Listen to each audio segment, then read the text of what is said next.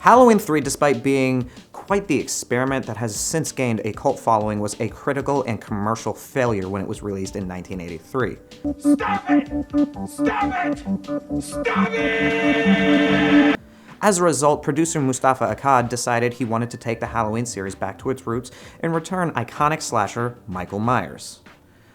Despite this, the original creative team of John Carpenter, Debra Hill, and Jamie Lee Curtis all declined to come back, leaving a completely bare cupboard. Dean Cundy, who was the original DP for the first 3 movies, also refused to come back. Rick Rosenthal, who was involved with 2 and 3, also declined, and so we had a situation where he wanted the series to be revived, but none of the people who made it what it was were interested in returning. Enter Danielle Harris. I'm Matt Keim, welcome back to Full Stop Reviews, and today we are talking about Halloween 4, The Return of Michael Myers.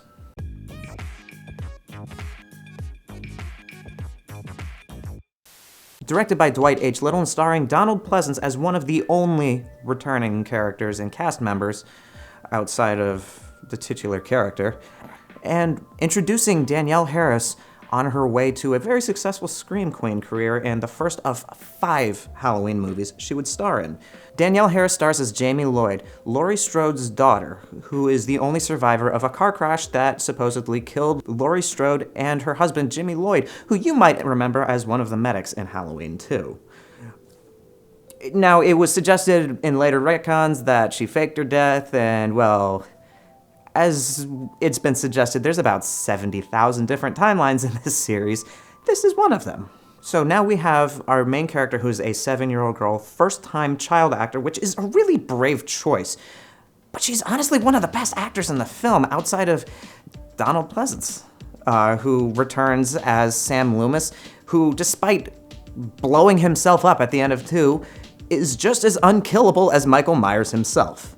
Now, the unique thing about Halloween 4, and this is the reason why I'm even talking about it now, is that it has its own identity beyond being just that of a horror film. It's shot and presented kind of like an action film. There's a sequence early on in the first act where Donald Pleasence, as Sam Loomis, is hot on Michael Myers' tail, and he chases him down to a gas station, and then the thing blows up. It's a tense scene, but it's more tense in a calm before the storm kind of way, as opposed to oh my god, this creepy atmosphere is oppressive kind of way. It's kind of unbelievable just how over the top this movie is, but that's what makes it so much fun.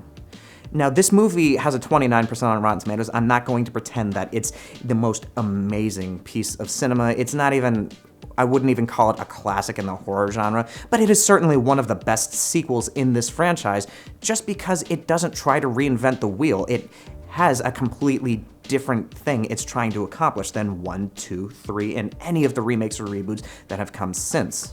Now, the disappointing thing about this movie is that it was the start of what fans are now calling the Thorn trilogy, which comprises of 4, 5, and 6, where 5 takes the twist ending that 4 presents, which I'll talk about in a minute, and completely throws it out the window.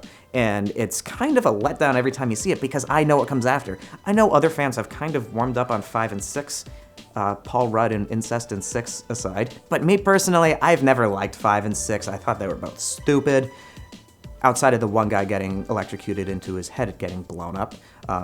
But that's a story for another time. One of the things I love about 4 is that a lot of the characters are actually fairly smart.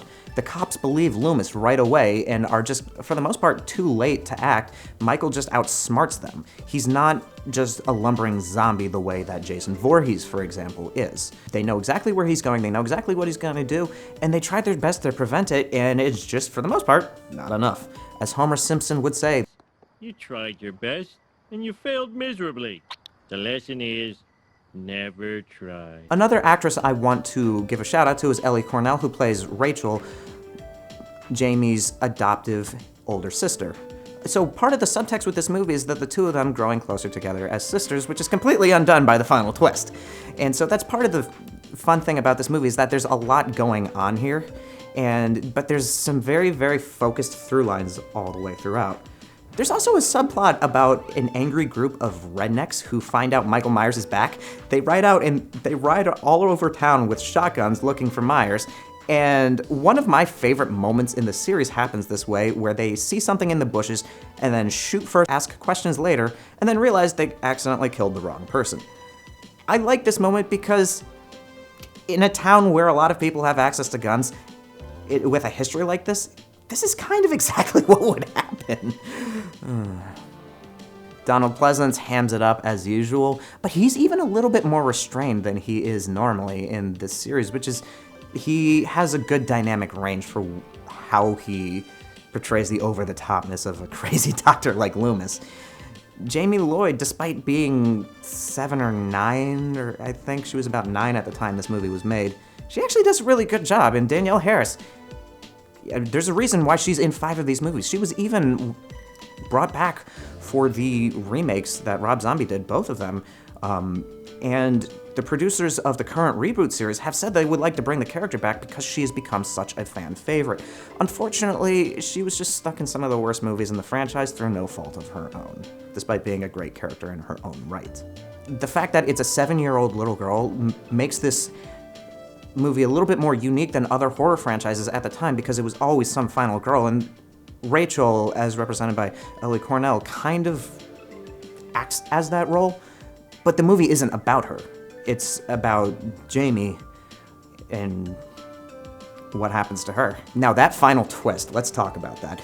That final twist was so cool, where she gets back into that clown costume that Myers had in the original Halloween. We go back to the original POV shots where you see the hand grabbing some dangerous implement, and just the look of sheer horror on Loomis's face. This is a really cool thing that they do. You see the reaction of some of the characters before you see what actually happened. And so it makes the final reveal that Jamie has adopted the same evil that her uncle has taken her. It makes the reveal all the more horrifying. Like I said, unfortunately they threw it out, but I'm gonna give this movie a green light just because it's so much fun. It's kind of a stupid movie, but it's like Friday the 13th Part 6, where it's stupid as hell, but you just have a ball watching it. Thanks for sticking with me to the end on this one, guys. I hope you guys had as much fun doing this as I did, and stick around for our continued conversations about the Halloween franchise and Return of the Movie. We just did 1 and 2 and 3. I'm doing 4 right now. We're not going to talk about the rest of the Thorn trilogy, but we will be talking about Rob Zombie's reboot and the 2018 reboot, all leading up to the release of Halloween Kills in the middle of this month. Thanks again for sticking around, and as always, it's Full Stop Reviews. This motherfucker just raw dogged a read. No script. Nothing. He just walks in my house. Holy shit. Alright, I'm cutting.